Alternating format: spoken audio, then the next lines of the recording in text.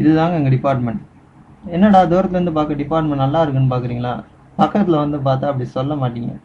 ஆனால் இந்த டிபார்ட்மெண்ட்டையும் பார்த்து மற்ற பசங்களாம் வாயை பொழக்கிறாங்கங்க. அதுக்கு காரணம் இங்கே இருக்க பசங்க. சிம்போசியம் அது இதுன்னு ஏதாச்சும் பண்ணி டிபார்ட்மெண்ட்டை ரொம்ப கெத்த காட்டுறானுங்க. இவனுங்களை அடக்கிறதுக்கு இங்கே யாருமே இல்லைங்க. யாராவது ஏதாவது கேட்டால் மெக்கானிக்கல் பசங்கன்னு சொல்கிறாங்க. அதுக்கும் மேலே ஏதாச்சும் பண்ணால் இந்த மாதிரி கூட்டம் கூடி நின்று அடிக்கிறாங்க. என்னங்க பண்ணுறது? மற்ற டிபார்ட்மெண்ட் பசங்களாம் ஆடிட்டோரியம் வாசலில் ஃபங்க்ஷனை தவிர மீதி என்னைக்குமே மிதிக்க மாட்டாங்க. ஆனால் இவனுங்க எப்போ பார்த்தாலும் அங்கேயே தாங்க இருக்காங்க. சாயங்காலம் 4 மணி ஆயிடுச்சுன்னா எல்லாம் வந்து உட்காந்து கொடுக்குறாங்க பாருங்க ரகலைய. போகிற வர பிள்ளையெல்லாம் உரண்டு இருக்கிறாங்க. இவங்களை கட்டுப்படுத்துறதுக்கும் அடக்கிறதுக்கும் எந்த ஸ்டாஃபுமே வரதில்லை.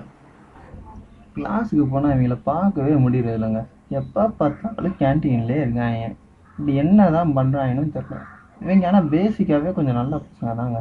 இப்படி அமைதியாக இருக்க நம்ம பசங்க ஏதாச்சும் ஸ்டாஃப் வந்து ஏதாச்சும் கேள்வி கேட்டால் எப்படி மாறுறாங்க பாருங்கள். பார்க்கவே சைக்கிளில் இப்படி தாங்க பண்ணுறாங்க. இதெல்லாம் கூட பொறுத்துக்கலாங்க. ஆனால் இந்த ஃபோட்டோவை பாருங்கள். அதுவும் சென்டரில் இருக்கவனை பாருங்கள். ஏதோ ஜும்பாடி ரேஞ்சுக்கு பில்டப்பை கொடுக்குறான். மொத்தத்தில் இவங்க பண்ணுறலாம் ஒரே விஷயம் தாங்க. ஆடுறது ஆடுறது ஆடுறது. எப்போ பார்த்தாலும் என்ஜாய்மெண்ட் தான். இப்படி சந்தோஷமாக இருக்குது நம்ம பசங்க மனசுலையும் ஒரு குட்டி சோகம் ஓரத்தில் இருக்குங்க.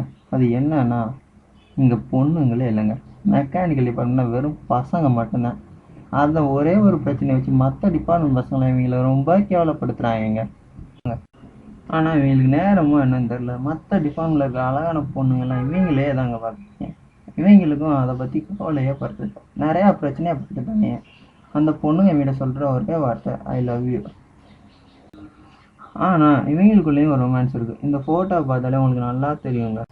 இவ்வளோ பண்ணுறாங்களே இவங்க படிப்பாங்களா மாட்டாங்களான்னு தானங்க யோசிக்கிறீங்க. இப்போ பாருங்கள், இவங்க சும்மா ஃபோட்டோக்கெல்லாம் படிக்கலைங்க. உண்மையிலே சின்சியராக படிக்கிறாங்க. இருக்கிறதுலே காலேஜில் அதிகமாக டிபார்ட்மெண்ட்டில் ரேங்க் எடுத்தது இவங்க தாங்க.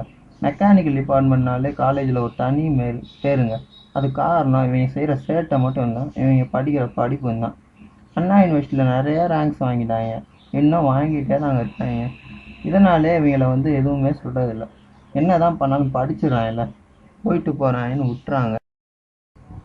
வெறும் படிப்பு மட்டும் இல்லைங்க, எக்ஸ்ட்ரா கரிக்குலர் ஆக்டிவிட்டீஸ்லேயும் இவங்களை அடிச்சுக்கிறதுக்கு ஆளே இல்லை. சிம்போசியம்லாம் பண்ண இவங்களை மாதிரி பண்ணுறாங்க. இந்த காலேஜில் எந்த டிபார்ட்மெண்ட்டுமே இல்லைங்க.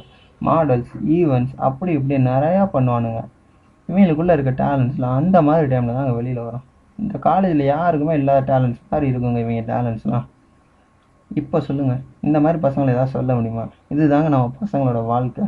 இப்படி இருக்க பசங்களுக்கு இவங்க அச்சோடி மத்தியிலையும் நல்ல நேம் இருக்குங்க. தேங்க்ஸ்.